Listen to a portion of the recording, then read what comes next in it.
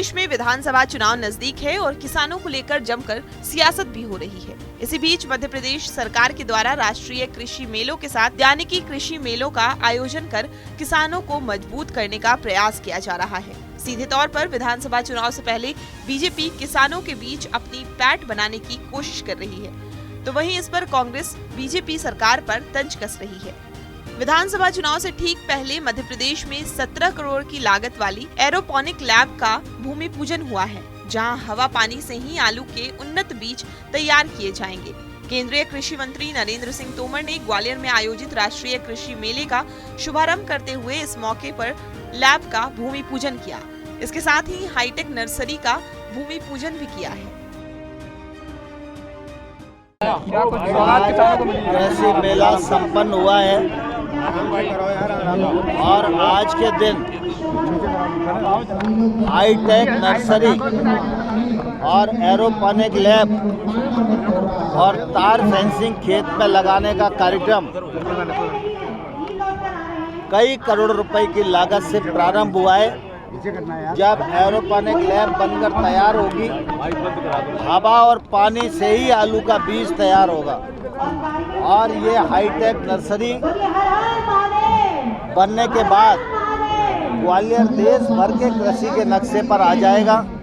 इतने किस्म की पौध यहाँ पूरी हाई टेक्नोलॉजी का इस्तेमाल करके बनाई जाएगी।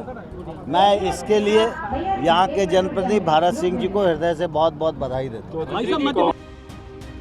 केंद्रीय कृषि मंत्री नरेंद्र सिंह तोमर के साथ ही प्रदेश सरकार में उद्यानिकी मंत्री भारत सिंह कुशवाहा का भी मानना है कि कृषि क्षेत्र में लगातार नए नवाचार किया जा रहा है। इसी कड़ी में किसानों को बेहतर उन्नत बीज मिल सके, इसके साथ ही अच्छी और उन्नत किस्म का पौधा तैयार हो, इसको लेकर सरकार ने ये प्रयास किया है, जिसके चलते किसानों को बड़ा लाभ होगा।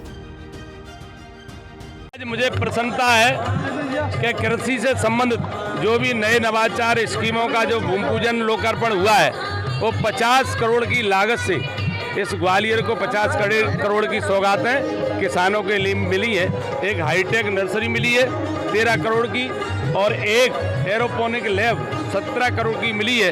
इसी प्रकार से इनक्यूबेशन सेंटर 10 करोड़ के मिले हैं। कुल मिला के आज मुझे इस बात की प्रसन्नता है कि ग्वालियर कृषि के क्षेत्र में, उद्यानिकी के क्षेत्र में ग्वालियर भी एक अच्छा उत्पादन करने वाला क्षेत्र निकले और इसके लिए मुख्यमंत्री जी ने और दोनों सरकारों ने विशेष रूप से मध्य प्रदेश के साथ साथ ग्वालियर को फोकस किया है। भारतीय जनता पार्टी किसानों के लिए नए नवाचार बात कर रही है, तो वहीं कांग्रेस इस पर तीखा हमला कर रही है। कांग्रेस का कहना है कि बीजेपी की सरकार किसानों के साथ सिर्फ धोखा और छल कर रही है, जबकि कांग्रेस की तत्कालीन केंद्र सरकार के साथ 15 महीने की कमलनाथ सरकार ने किसानों को मजबूत बनाने का हर संभव प्रयास किया।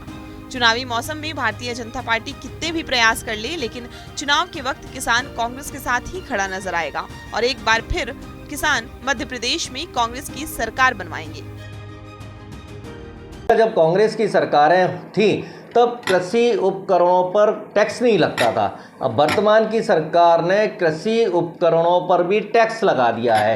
कीटनाशक फर्टिलाइजर खरीदने पर भी टैक्स लगा दिया गया है, जबकि कांग्रेस की सरकारों में किसानों पर कोई टैक्स नहीं लगाया जाता था। और जब किसान की समस्या कांग्रेस पार्टी देखती थी, जैसे किसान कर्ज के कारण आत्महत्याएं कर रहे थे, तो किसानों के लिए कांग्रेस सरकारों ने समय समय पर किसान कर्ज माफ़ी की। जब केंद्र में यूपीए की सरकार थी तो पूरे देश के किसानों का कर्जा माफ़ किया था। करीब 90,000 करोड़ रुपए किसानों पर कर्जा था, वो माफ़ किया।